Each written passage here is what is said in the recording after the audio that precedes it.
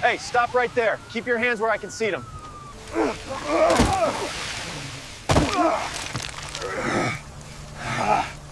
It takes Officer Mason Reed exactly 6 seconds to turn a $12 food delivery into a felony stop. One moment, Marcus is straddling his bike under the rain, phone screen glowing with a blinking address. The next, his wrist is snatched, his shoulder wrenched, and his face is grinding against cold, dirty concrete.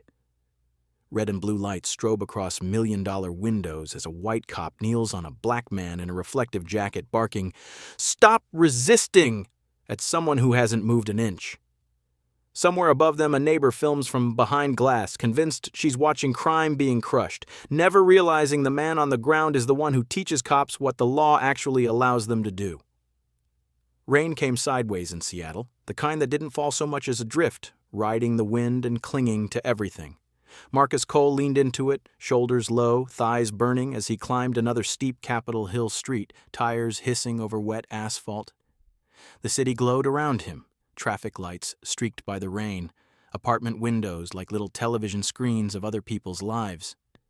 A notification buzzed against his chest, muffled by his waterproof jacket. New order, pickup completed, 0.7 miles to destination. He glanced down at the handlebar mount, a stylized map, a glowing purple pin halfway up a dark hillside above the lake. Big house. Good tip. He adjusted the weight of the insulated backpack on his shoulders and pushed off again. By day, Marcus wore collared shirts and carried casebooks. By night, he wore neon rain gear and a helmet streaked with reflective tape. On paper, he was a former prosecutor, now a lead instructor at the Washington State Police Academy, specializing in constitutional law and use of force standards.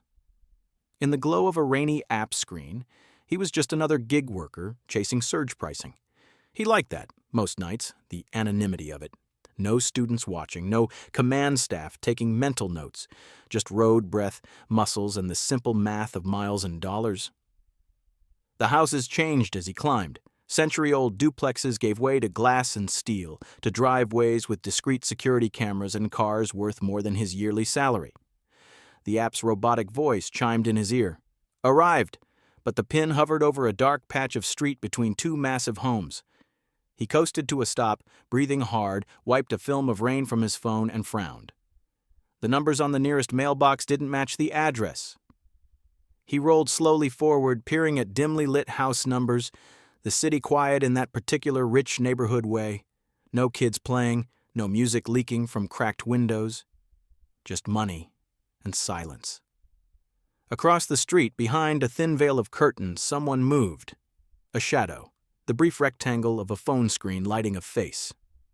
Marcus caught the movement, felt the familiar prickle on the back of his neck, and forced himself to exhale. Wrong pin, that's all, he muttered, thumbing the in-app chat. Hi, I'm out front, but the address seems off. Can you confirm house number? Message sent. No reply. He checked the time. 11:12 p.m. Late enough that every minute looked suspicious to someone. Inside the expensive home across from him, a middle-aged white woman chewed her thumbnail and stared past her reflection at the lone black man on a bike idling under the street lamp.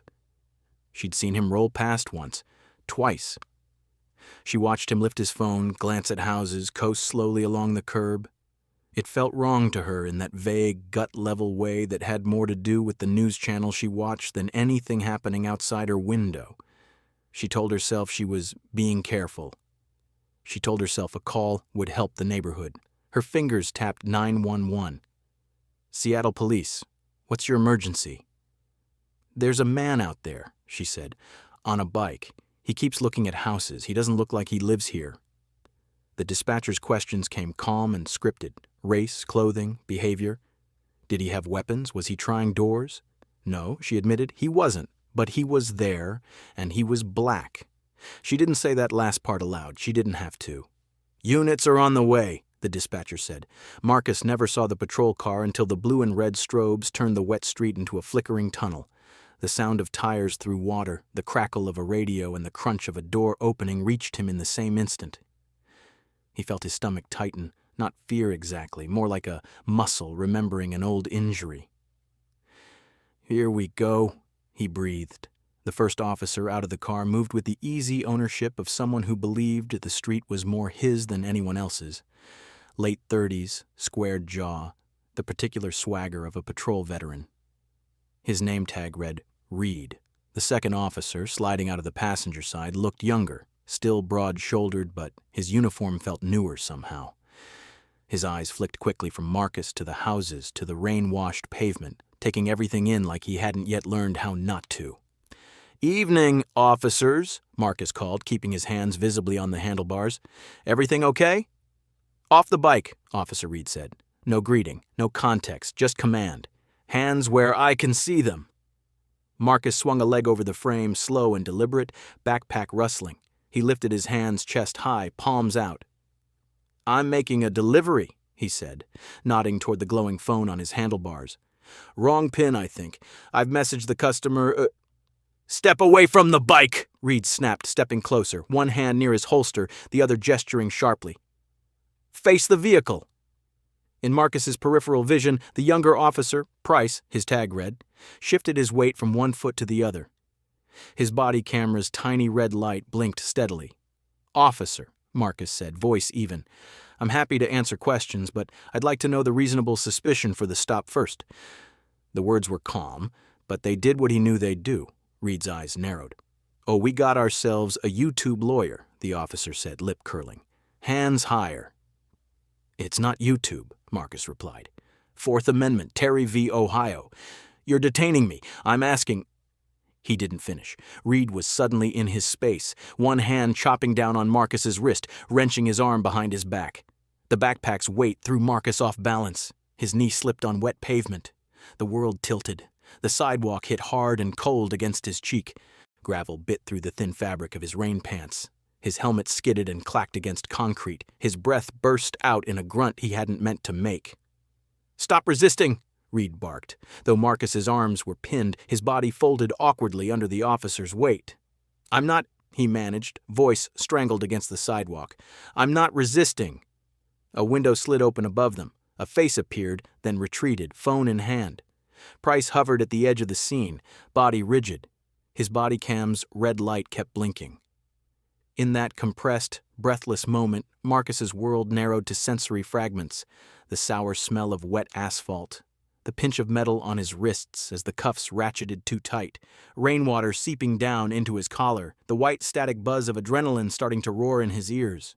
"How about this for reasonable suspicion?" Reed said close to his ear, voice a low growl. "High-end neighborhood, series of recent prowls.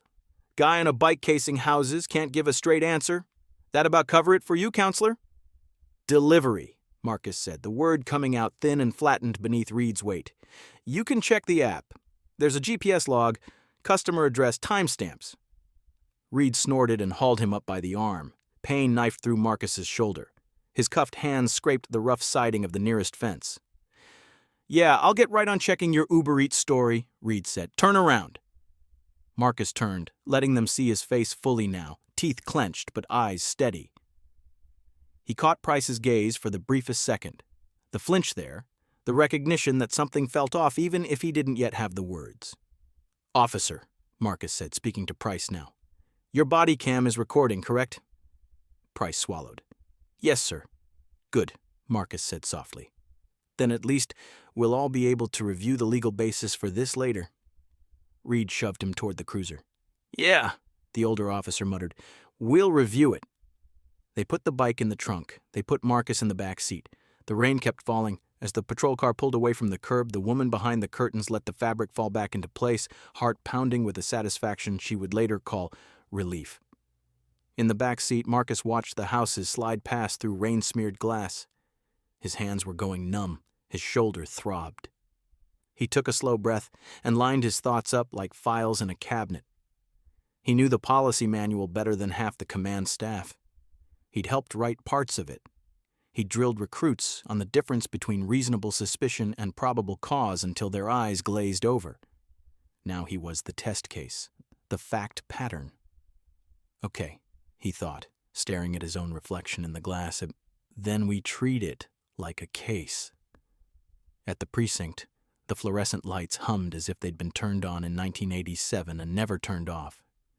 Reed steered Marcus through the booking process with bored efficiency, reciting charges that sounded like they'd been pulled from a drop-down menu: trespass, loitering, obstruction for failing to comply promptly.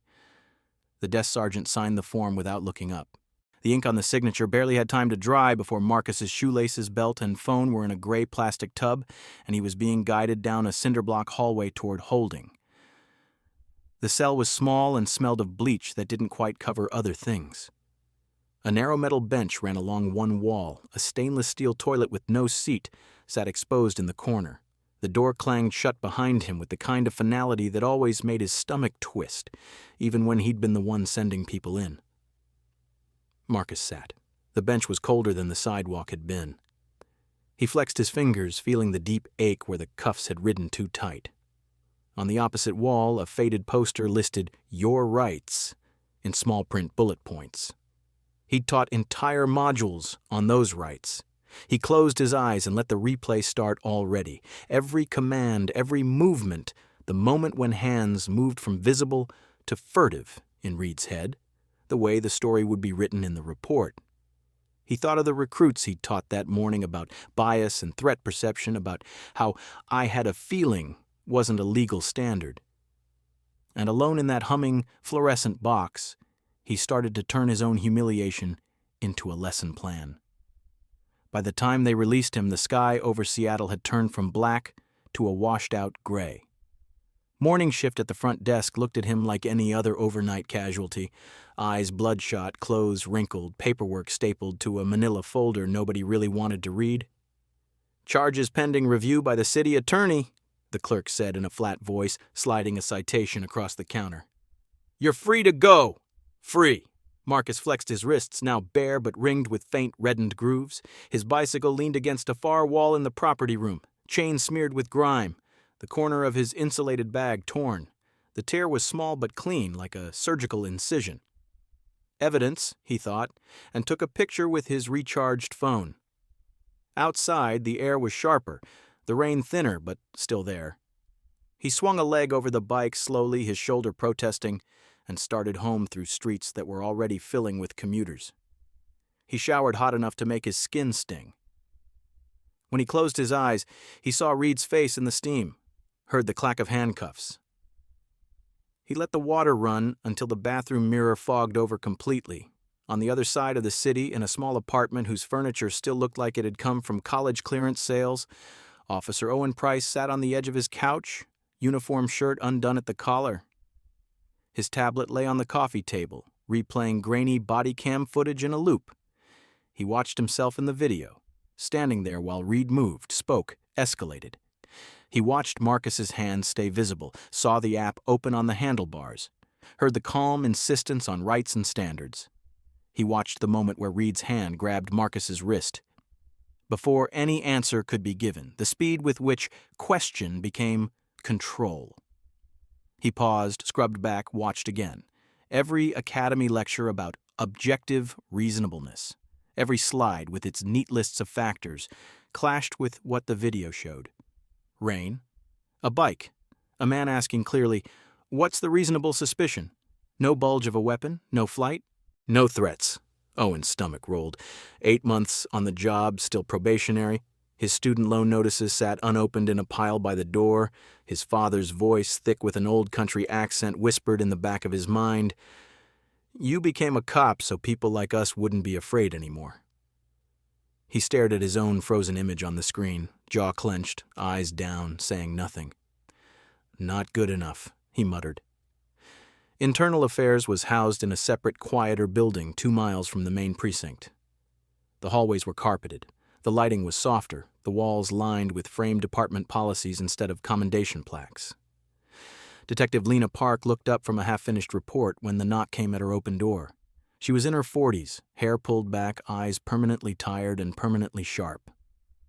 "Officer Price," she said, reading his name tag as he hovered in the doorway. "You lost?" He swallowed. "No, ma'am, I need to submit something. From last night's shift." She gestured to the chair. "Have a seat. What have you got?" He didn't sit. He stepped in holding the tablet like contraband. "A dash cam and body cam copy," he said. Traffic stop in Hillcrest, Officer Reed's call. He hesitated. I think there was misconduct. Park's eyebrows lifted a millimeter. She'd heard every kind of half-excuse, every grudging admission. She heard fear in this one and something else, a line being crossed inside someone. You think or you know? She asked. He swallowed again. I know. She held out her hand. Then let's see. He handed over the tablet. She scrubbed to the timestamp he indicated and hit play. She watched the car pull up, the lights wash over the narrow street. She watched the man on the bike lift his hands in a textbook display of compliance. She listened to his words, Fourth Amendment, reasonable suspicion, and saw Reed's jaw tighten. When the face on the screen turned fully toward the camera, rainwater beating on dark skin, Park felt a jolt of recognition. She paused the video, zoomed in, zoomed again. You know who this is? She asked without looking up. No, ma'am, Owen said, just that he knew the law better than most people we stop. This is Instructor Marcus Cole, Park said. State Police Academy, Constitutional Law, Use of Force. I sat in on one of his lectures last year. Owen's mouth went dry. He's one of us? Park gave a humorless little huff. That's one way to put it? She hit play again, watched the takedown, the tightening cuffs, the ignored explanations. She watched herself in two realities, one where she was in that cell, another where she was at this desk, making decisions about what came next. When the clip ended, she sat back slowly. Officer Price, she said, do you understand what you're doing by bringing this to me? Yes, ma'am. His voice was very small. I think so. You're on probation, 8 months in, no union protection yet. If this becomes what I think it's going to become, you will not be popular in your squad room. He knew that. He saw it in the sideways glances already, when he hesitated on the street, when he asked too many questions. I can't unsee it, he said. If I do nothing, I'm part of it. Park studied him for a long moment, weighing sincerity against self-preservation, the way she'd done with dozens of officers before him. Okay, she said finally. We can accept material through our anonymous upload portal. We'll treat this as if we don't know who provided it. Technically, practically, she shrugged. Well, you do your part, I'll do mine. He nodded, throat tight, and moved to her guest computer to upload the original footage from the patrol system. She watched the progress bar climb, thinking ahead 3 moves: chain of custody, command notifications, legal exposure. When the upload pinged complete, she turned back to him. Go back to your life, she said. Pretend you were never here. And Officer Price? Yes, ma'am. Whatever grief you take for this, remember the alternative. You'll sleep better on this path. He nodded again, more resolute now, and left. An hour later, Park sat in a conference room with the chief of police, a couple of captains, and the department's legal advisor. The video played again on a larger screen, its ugly clarity filling the room. This is one of our academy instructors? The chief asked, low and tight. Yes, Park said, and last night he was treated as a suspect without articulable suspicion on Bodycam by an officer already sitting on 3 excessive force complaints. A captain shifted. Internal? Buried, Park replied, but the pattern is there. She outlined the potential consequences: civil liability, public scandal if the video ever leaked, the particular volatility of having a police academy instructor as the victim. We need to move before this moves without us, she said. I recommend immediate suspension for Reed pending investigation and mandatory remedial training on constitutional stops and bias for him and his team. Who runs the training? The chief asked, already knowing the answer. Park met his eyes. Cole, she said, if he's willing. The chief was silent a long moment, then huffed out a breath that was almost a laugh. Poetic, he said, and dangerous. Justice tends to be both, Park replied. Across town, in a bright classroom with scuffed linoleum floors and a whiteboard stained by 100 previous lectures, Marcus Cole capped a marker and stepped back from the words he'd just written. Use of force, reality versus policy. His shoulder ached under his button-down, Bruises bloomed purple-green under the fabric. His sleeve hid the marks, but he felt them with every small movement. A handful of cadets were still gathering their notebooks, buzzing from the session he'd just finished, peppering him with questions about Supreme Court cases and de-escalation. "Remember," he told them, voice steady, "policy is the floor, not the ceiling. The law tells you what you can do. Your conscience should tell you what you should do." They laughed lightly at the familiar line, not knowing how freshly it had been tested for him.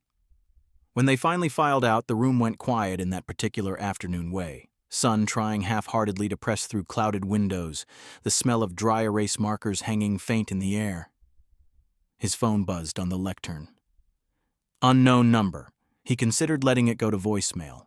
He answered anyway. "This is Cole." "Mr. Cole," a woman's voice said, crisp and professional. "This is Detective Lena Park with Internal Affairs. I believe you had an interaction with officers from Hillcrest Patrol last night." He could have deflected. He could have said, "Define interaction." Instead, he let out a breath he hadn't realized he was holding. "That's one word for it," he said. "We've reviewed dash and body cam footage," Park said. "We're opening a formal investigation into Officer Mason Reed. Before we go any further, I need to ask, do you intend to file a civil complaint or criminal charges?" Marcus looked down at his own handwriting on the board, reality versus policy, and let the question hang for a second. "I haven't decided yet," he said. "Right now, I'm more interested in what you intend to do inside the department." There was the barest pause on the line. "We're recommending disciplinary action," Park said, "and remedial training for the officers involved. The chief is open to letting you design and run that training if you're willing. It's unorthodox." Marcus almost laughed.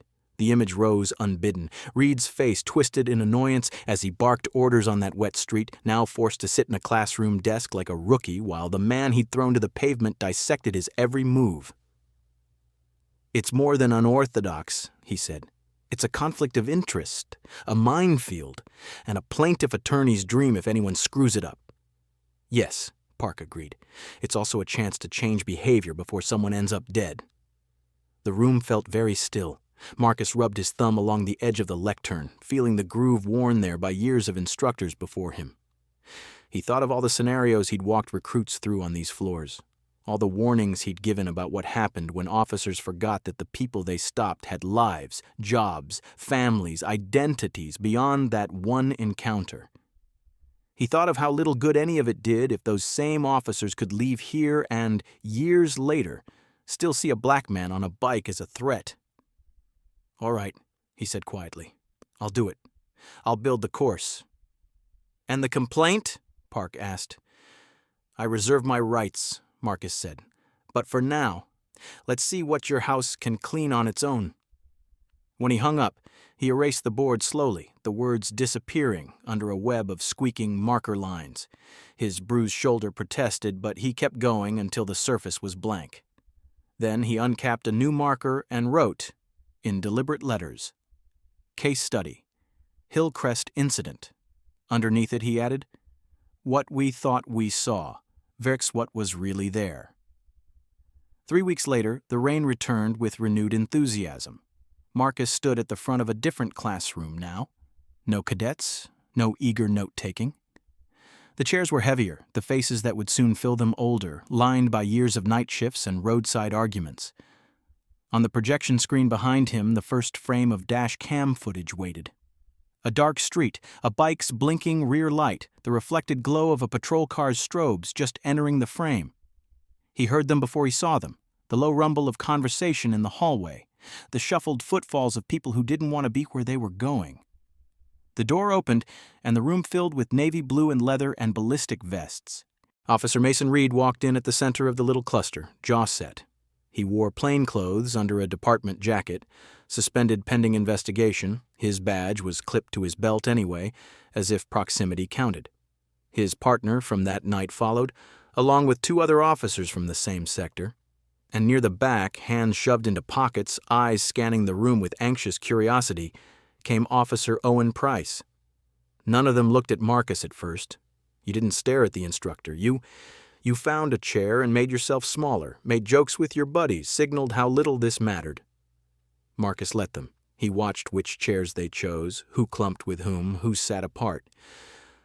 "Phone's in the basket," he said when the last of them had slouched into place, voice carrying easily. "No exceptions, no recording. This is closed training, not a public hearing." There was some eye-rolling, some muttered curses, but one by one they dropped their phones into the plastic bin by the door. Reed finally looked up, really saw him, and froze mid-step. Marcus watched the micro-expressions flicker across the man's face. Confusion, recognition, a quick flash of panic that was gone as soon as it arrived, buried under a flush of anger. "You've got to be kidding me," Reed said, too loud in the close room. "This is a joke, right?" Marcus met his eyes, expression neutral. "No joke," he said. "Have a seat, Officer Reed." "This is a setup," Reed snapped, looking toward the corner where a captain sat against the wall, arms folded, observing. "You expect a fair process when the so-called instructor is the guy I arrested? You expect sympathy when the guy you threw on the sidewalk is the one you're supposed to learn from," Marcus replied. "Different expectations, different roles. We'll manage." Laughter tittered nervously somewhere near the back. The captain's voice cut through it. "Mason," he said quietly. "Sit down. You're here under direct order. So is everyone else. You're on paid time. Show up." Reed stared at Marcus a second longer, then dropped into a chair, its metal legs screeching against the floor. Marcus let the sound fade. Then he picked up a remote and dimmed the lights. "Before we start," he said, "you should know a few things about me, beyond the nice bullet points in the Academy brochure." He stepped away from the lectern, into the dim center aisle, the glow from the paused video framing him. "I grew up in this state. My father wore a badge in a smaller town than this. I became a prosecutor because I believed the law could be a shield for people who needed it. I left prosecution and came here because I realized the shield only works if the people holding it know how not to turn it into a weapon." He let the words hang there, not preachy, just facts. "I'm not here today to ruin your careers," he said. "That part, if it happens, is already in motion in other rooms. Internal affairs, the city attorney, maybe the U.S. Attorney's office. My job here is narrower, and in some ways, harder." He clicked the remote. The video unpaused. The dashcam view slid forward into motion. "My job," he said, as the patrol car's headlights washed over his own past self in grainy black and white, "is to make sure that, whether you stay in this job or leave it, you understand what you did and what the law actually allowed you to do. Because right now, those two things are not the same." He let the video play without commentary through the first 30 seconds. The arrival, the commands, his hands lifted. The room watched itself. At the moment where Reed's hand clamped onto the Marcus on the screen, Marcus hit pause. "Officer Price," he said into the silence, "what do you see here?" All heads turned toward Owen, who seemed to shrink under the collective gaze. He cleared his throat. "I see a subject with hands visible," he said slowly. "No bulge indicating a weapon, no flight attempt, no verbal threats." "And the command sequence?" Marcus asked. Owen swallowed. "Commands given before explaining the reason for the stop, and physical contact before the subject made any non-compliant move." Marcus nodded. "Correct. Policy requires that you articulate reasonable suspicion before physically seizing a person, unless there is an immediate safety threat. Does anyone here see an immediate safety threat?" No one spoke. Away from the adrenaline and the darkness, with fluorescent lights overhead and a screen between them and the event, it was harder to lie, even to themselves. Reed shifted in his seat. "It's different in the moment," he muttered.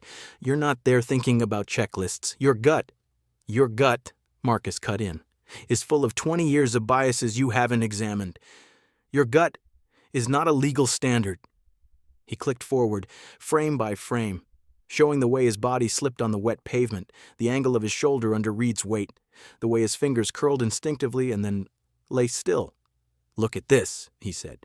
"This is where my rotator cuff partially tore. That's 6 weeks of physical therapy. I'm 34. Do you know what it feels like to not be able to lift your arm above your head because somebody's gut Said you were a threat on a quiet street with your hands up?" He didn't raise his voice. If anything, it softened. The room leaned forward anyway.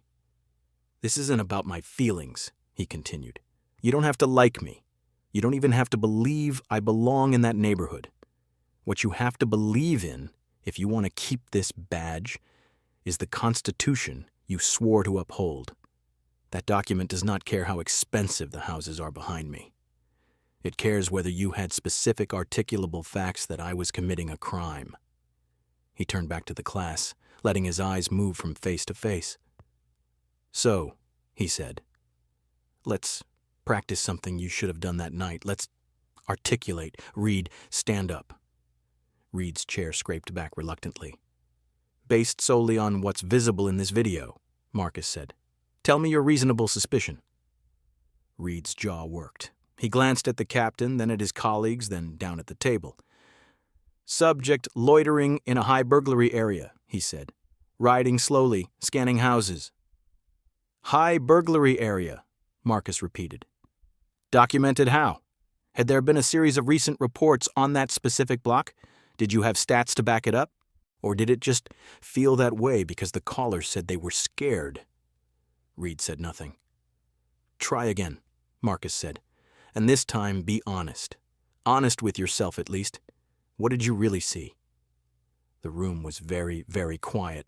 Reed exhaled through his nose, shoulders sagging a fraction.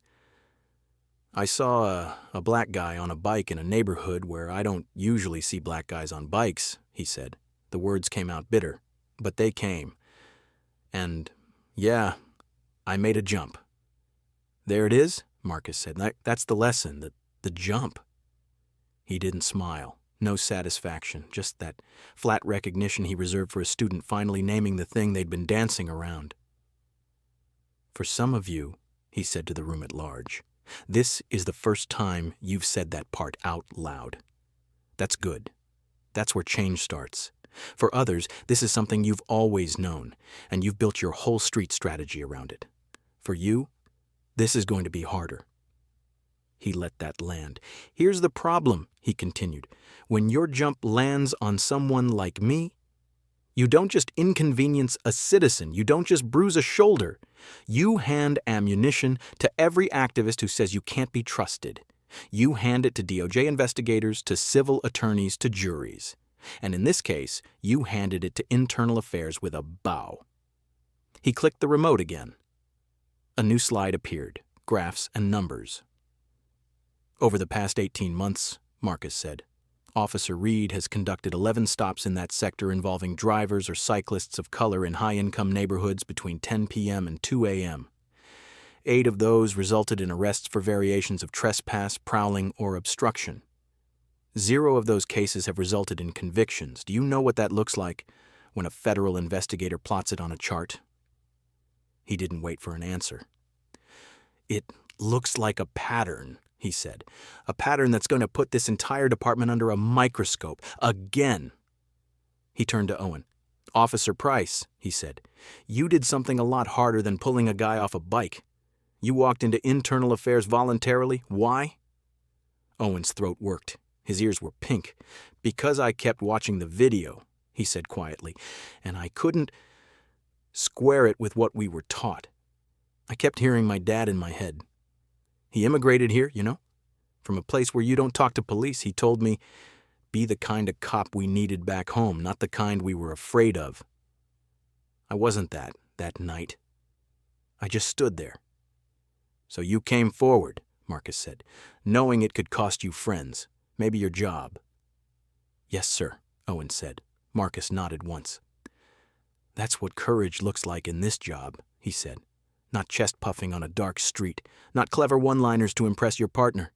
It's walking into a quiet office and telling the truth about your own team." He let the silence stretch again. He knew this room.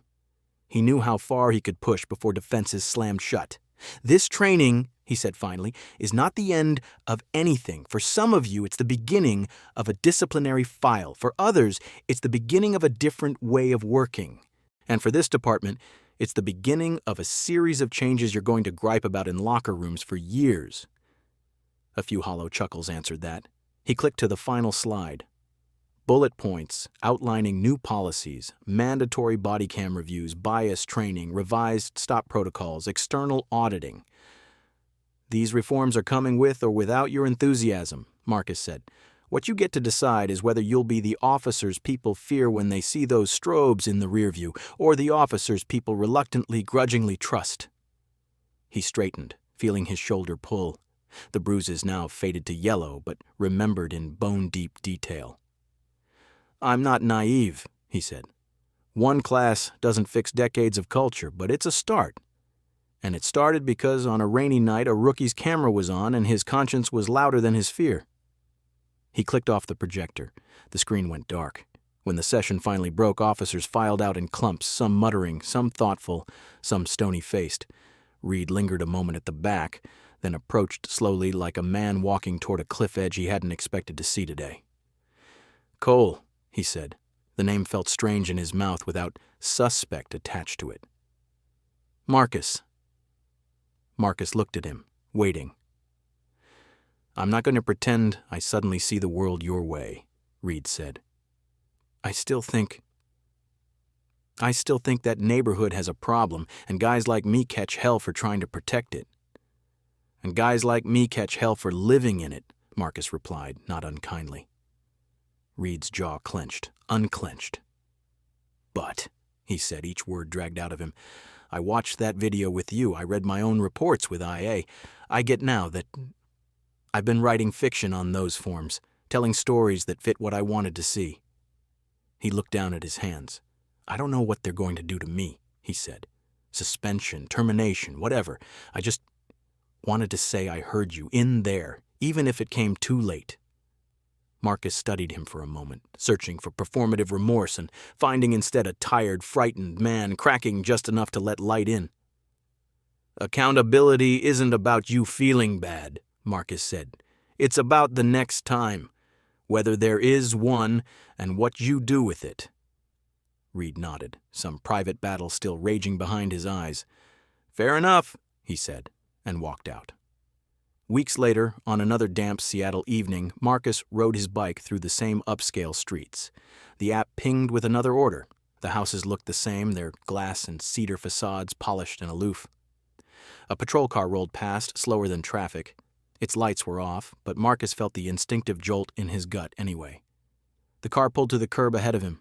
A young officer stepped out, someone Marcus recognized from his lecture hall, a woman with a sharp mind and sharper questions about case law. "Evening," she called, staying by the open door, hands away from her belt. "Everything all right?"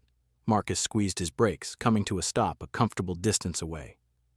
"Just making a delivery," he said, nodding toward his bag. "Wrong pin again. Story of my life." She gave a small, wry smile. "Yeah, those pins are trash," she said. "You need help finding the right place? I can run the address on the MDT." "No thanks," Marcus said. "I'll figure it out." She nodded. "All right.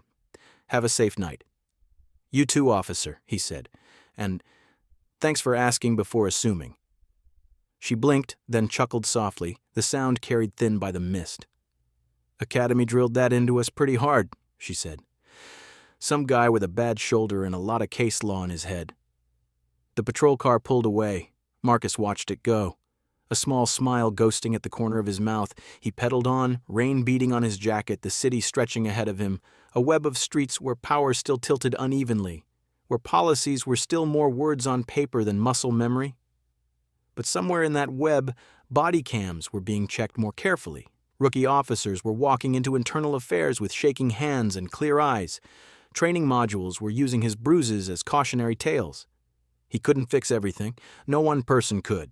But he could make the next stop a little less arbitrary, the next decision a little more grounded in law than in fear.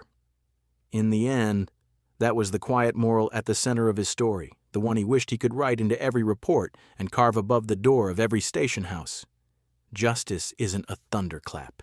It's the sum of 1,000 small choices to do better when no one is watching. On that wet Seattle night, as he rode toward yet another blinking map pin, Marcus chose to believe those choices were starting to add up. Not to perfection, not yet, but to something like reform and a cautious, hard-earned hope.